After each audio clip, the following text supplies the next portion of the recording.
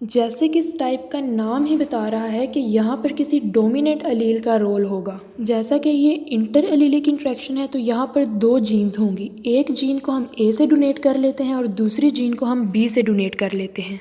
तो इस टाइप में होगा ये कि दो जीन्स में से किसी एक जीन की एक अलील दूसरी जीन की दोनों अलील्स की एक्टिविटी को मास्क करेंगी और वो अलील जो कि मास्क करेगी उसको हम कहेंगे एपिस्टैटिक और जिसका मास्क हो रहा है इफ़ेक्ट उसको हम बोलेंगे हाइपोस्टैटिक। इस टाइप के स्टार्ट पे हमने दो जीन्स सपोज की थी ए एंड बी। अब वो अलील जो कि डोमिनेंट है जो कि दूसरे के इफ़ेक्ट को मास्क कर रही है उसको ए से डोनेट कर लेते हैं और जो दूसरी है जिसका मास्क हो रहा है उसको बी से डोनेट कर लेते हैं। आपने इन अल्फ़ाबेट्स में कंफ्यूज नहीं होना कि ए और बी क्यों लिया, हम कोई और अल्फ़ाबेट्स भी ले सकते हैं और डिफरेंट एग्जांपल्स में आप लोग देखेंगे कि डिफरेंट अल्फ़ाबेट्स यूज़ हो रहे हैं। अब जो एपिस्टैटिक अलील है वही फिनोटिपिकली एक्सप्रेस होगी और जो दूसरी है बी वो एक्सप्रेस नहीं होगी, उसके इफ़ेक्ट को मास्क कर लिया जाएगा। हाँ, हाइपोस्टैटिक जीन जो कि बी है वो उस केस में एक्सप्रेस होगी जब उसके साथ एपिस्टैटिक जो जीन है उसकी दोनों अलील्स रिसेसिव फॉर्म में है, स्मॉल ए। जाहिर है जब जो एपिस्टैटिक जीन है जिसकी अलील ने कैपिटल फॉर्म में डोमिनेंट फॉर्म में दूसरी जीन की दोनों अलील्स के जो इफ़ेक्ट है उसको मास्क करना था, अब वो खुद ही एब्सेंट है। एब्सेंट होने से मुराद है कि रिसेसिव फॉर्म में है, उस जीन की दोनों अलील्स रिसेसिव फॉर्म में है, स्मॉल ए की फॉर्म में। तो इस रिसेसिव फॉर्म में जब ये दूसरी जीन के साथ प्रेजेंट होगा तो इस फॉर्म में ये दूसरी जीन के अलील्स के जो इफ़ेक्ट है उसका जो एक्सप्रेशन है उसको फिर मास्क नहीं कर सकेगा। फिर वो जो दूसरी जीन है जो कि पहले हाइपोस्टैटिक थी अब वो इजीली अपने एक्सप्रेशन को शो करवा सकती है। नेक्स्ट हम मोड ऑफ डोमिनेंट एपिस्टेसिस को डिस्कस करते हैं कि जो हमारी डोमिनेंट अलील है वो किन किन वेज़ में आ सकती है। अब जो एपिस्टैटिक अलील्स का सबसे पहला केस है अगर उसमें आप देखें तो उसमें दो कंडीशंस दी हुई हैं। एक कंडीशन में दोनों एक कैपिटल है, मतलब कि दोनों डोमिनेंट हैं, कैपिटल ए, और साथ ही दूसरी कंडीशन लिखी हुई है जिसमें एक अलील कैपिटल ए से है मतलब कि एक डोमिनेंट है और दूसरी स्मॉल ए से रिप्रेजेंट हो रही है मतलब कि दूसरी रिसेसिव है। अब जो पहली जीन है, जो पहली कंडीशन है जिसकी दोनों अलील्स कैपिटल ए से रिप्रेजेंट हो रही हैं, कैपिटल ए, इस कंडीशन में तो 100% है कि ये डोमिनेंट है। और साथ ही जो उसकी दूसरी कंडीशन दी हुई है जिसमें एक ए कैपिटल है और दूसरा ए स्मॉल है, इस कंडीशन में भी आपको पता है कि किसी जीन की अगर एक अलील भी डोमिनेंट होती है तो उसके साथ अगर रिसेसिव है तो नो प्रॉब्लम, वो डोमिनेंट ही बिहेव करेगी। अब जो ये दोनों कंडीशंस हैं जिसमें एक कंडीशन में दोनों डोमिनेंट अलील्स हैं और दूसरी कंडीशन में एक डोमिनेंट है, इन दोनों पेयर्स के साथ दूसरी जीन की दोनों अलील्स जिस भी फॉर्म में आ जाए, ये आप दूसरे कॉलम में देखें हाइपोस्टैटिक अलील्स के कि वो कंडीशंस दी गई हैं, आइदर वो कैपिटल बी में आ रहा है, कैपिटल बी में आ रहा है या स्मॉल बी में आ रहा है, दूसरी जीन की दोनों अलील्स जिस भी कंडीशन में आ जाए उसका इफ़ेक्ट मास्क होगा। चलें, पहला केस तो क्लियर हो गया कि एपिस्टैटिक जीन के साथ दूसरी जीन जिस भी फॉर्म में आ जाए, दूसरी जीन की दोनों एलील्स जिस भी फॉर्म में आ जाए, डोमिनेंट में आ जाए, रिसेसिव में आ जाए, उसका हाइपोस्टैटिक का जो एक्सप्रेशन है वो तो शो नहीं होगा, हमेशा एपिस्टैटिक एक्सप्रेशन शो होगा। और नेक्स्ट भी आप देख सकते हैं कि फिनोटिपिक एक्सप्रेशन में भी लिखा हुआ है कि कैपिटल ए मतलब कि जो एपिस्टैटिक जीन का फिनोटिपिक एक्सप्रेशन है, इनका कंबाइंड एक्सप्रेशन भी जब ए पेयर बी जीन के साथ आएगा, जब ए जीन बी जीन के साथ आएगी तो ए जीन का ही एक्सप्रेशन शो होगा, जो उसका ए का फिनोटिपिक एक्सप्रेशन है ओवरऑल इनका एक्सप्रेशन वही होगा। अच्छा, अब एपिस्टैटिक अलील्स की सेकंड कंडीशन देखें जिसमें वो स्मॉल ए की फॉर्म में आएगा, मतलब कि यहाँ पर वो डोमिनेंट फॉर्म में नहीं आ रहा क्योंकि यहाँ पर इसके पास कैपिटल ए नहीं है, डोमिनेंट ए नहीं है, तो अब ये दूसरी जीन की अलील्स के इफ़ेक्ट को, उनके एक्सप्रेशन को मास्क नहीं कर सकता। पीछे भी मैंने इस बारे में बात की थी कि जो दूसरी जीन है बी जीन, वो उस केस में अपना एक्सप्रेशन शो करेगी जब इसके साथ जो ए जीन है उसकी दोनों अलील्स रिसेसिव फॉर्म में आ रही हैं, तो सेम यही वो कंडीशन है, सेम यही केस है वो वाला। चलें, अब ये तो क्लियर हो गया कि जो एपिस्टैटिक जीन है उसकी अगर दोनों अलील्स रिसेसिव फॉर्म में आ रही हैं, स्मॉल ए, तो फिर ये जो है एपिस्टैटिक नहीं बिहेव करेगा, फिर ये दूसरी जीन के एक्सप्रेशन को मास्क नहीं कर सकता।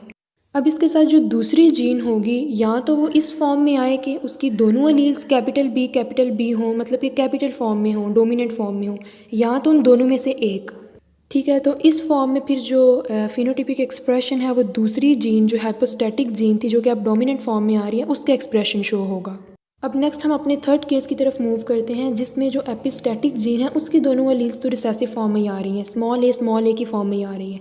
लेकिन जो हाइपोस्टैटिक जीन है उसकी दोनों एलील्स भी स्मॉल बी की फॉर्म में ही आ रही है, मतलब कि वो भी रिसेसिव ही आ रही हैं। अब इस केस में, इस थर्ड केस में जो फिनोटाइपिक एक्सप्रेशन है वो क्या होगा? अब इस केस में एक्सप्रेशन ना तो एपिस्टैटिक जीन वाला होगा जब वो डोमिनेंट थी, और ना ही हाइपोस्टैटिक जीन वाला होगा जब वो डोमिनेंट थी। इस केस में एक थर्ड फिनोटाइप हमारे सामने आएगी जो कि स्मॉल बी की होगी, स्मॉल बी की। और वो फिनोटाइपिक एक्सप्रेशन डिफरेंट हो सकती है, डिफरेंट एग्जांपल्स में डिफरेंट होगी, डिफरेंट कलर्स आएंगे। लेकिन वो डिफरेंट फिनोटाइप, वो डिफरेंट कलर जो भी होगा वो ना तो कैपिटल ए वाला होगा ना ही कैपिटल बी वाला। अब नेक्स्ट हम एक एग्जांपल देख लेते हैं। तो एग्जांपल है हमारी fruit colour in summer squash. यहाँ भी दो जीन्स हैं, W and Y। W gene की नेक्स्ट दो एलील्स होंगी जो कि W से ही रिप्रेजेंट होंगी, वो कैपिटल भी हो सकता है, स्मॉल w भी हो सकता है। और Y की भी सिमिलरली दो एलील्स होंगी, कैपिटल Y या स्मॉल y, या दोनों कैपिटल या दोनों स्मॉल। Y जीन एपिस्टैटिक है तो ये क्या करेगा कि हाइपोस्टैटिक जीन की जो एलील्स हैं जो कि Y है उसको मास्क करेगा, उसके इफेक्ट को। अब ये सेम पीछे वाला टेबल है जिसको मैं एक्सप्लेन कर चुकी हूँ, लेकिन बस इतना फ़र्क है कि वहाँ पर जो हमने जीन्स ली थी वो A और B थी, यहाँ पर W और Y हैं। सेम उसी तरह अगर एपिस्टैटिक जीन की एक भी एलील कैपिटल फॉर्म में आती है तो उसके साथ दूसरी जीन की कोई भी एलील आ जाए, आइदर वो स्मॉल में आ जाए या कैपिटल में आ जाए, वो फिनोटाइपिक एक्सप्रेशन वो ही देगा जो कि W जीन, जो कि एपिस्टैटिक जीन है, उसका होगा। जो सेकंड केस है उसमें हमारी एपिस्टैटिक जीन की दोनों एलील्स रिसेसिव फॉर्म में आ रही हैं। अब इस केस में ये दूसरी जीन की एलील्स के जो एक्सप्रेशन होगा उसको मास्क नहीं कर सकेंगी। अब अगर हाइपोस्टैटिक जीन की दोनों जो एलील्स हैं वो अगर दोनों कैपिटल फॉर्म में इसके साथ आती हैं, इस रिसेसिव पेयर के साथ, या फिर अगर एक कैपिटल एक स्मॉल फॉर्म में भी वो इस रिसेसिव पेयर के साथ आता है तो हाइपोस्टैटिक जीन मतलब कि Y का एक्सप्रेशन ही शो होगा। इस केस में एपिस्टैटिक जीन के जो एलील्स हैं उन्होंने हाइपोस्टैटिक एलील्स को मास्क नहीं किया क्योंकि वो खुद रिसेसिव फॉर्म में है। अगर तो एपिस्टैटिक जो एलील्स हैं वो मास्क करती तो पहली कंडीशन की तरह वाइट कलर आता, लेकिन यहाँ पर येलो कलर आ रहा है जो कि हाइपोस्टैटिक जीन की एलील्स का कलर है। जो थर्ड केस है उसमें भी जो एपिस्टैटिक जीन की दोनों एलील्स हैं वो रिसेसिव फॉर्म में आ रही हैं, मतलब इस केस में भी इस रिसेसिव पेयर की फॉर्म में भी वो दूसरी जीन की जो एलील्स हैं उनकी इफेक्ट को मास्क नहीं कर सकती। लेकिन इस केस में जो हाइपोस्टैटिक जीन की दोनों एलील्स हैं वो भी दोनों एलील्स जो है रिसेसिव फॉर्म में आ रही हैं, मतलब कि अब इस केस में ना तो फिनोटाइप एपिस्टैटिक एलील्स वाली होंगी, मतलब कि ना ही वाइट होंगी, और ना ही वो हाइपोस्टैटिक एलील्स वाली होंगी, मतलब कि ना ही येलो होंगी। यहाँ पर एक न्यू फिनोटाइप, जैसा कि मैंने पीछे भी कहा था कि अगर इस तरह का कोई केस आता है तो एक न्यू फिनोटाइप आएगी, और वो न्यू फिनोटाइप इस केस में ग्रीन कलर देगी। और अब ये जो नेक्स्ट रेशो दी गई है 12, 3, 1, ये एक्चुअली क्रॉस करवाया था और उस क्रॉस के रिजल्ट में ये रेशो आई थी, क्रॉस नेक्स्ट दिया भी गया है।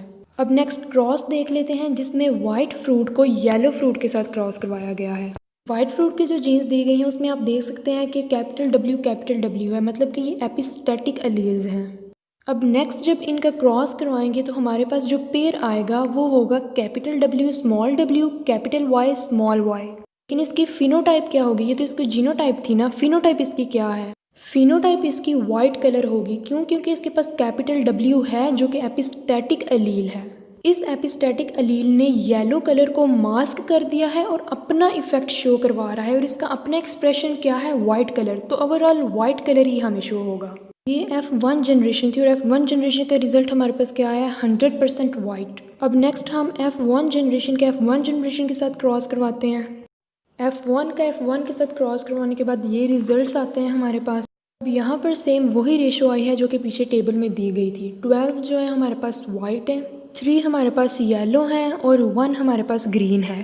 कि जो डोमिनेंट एपिस्टैसिस है उसकी रेशो हमारे पास क्या होगी? 12:3:1, क्योंकि 3 फिनोटाइप्स हैं तो 3 रेशोज़ आएंगी। और ये वाइट कैसे है, येलो कैसे है, ग्रीन कैसे है, ये पीछे मैं सारा एक्सप्लेन कर चुकी हूँ। तो बेटर है कि ये आप लोग एग्जाम्पल जो है ख़ुद करें और ख़ुद देखें। और जो हमारी पहली टाइप है डोमिनेंट एपिस्टैसिस वो तो कवर हो गई है। अब नेक्स्ट मूव करते हैं।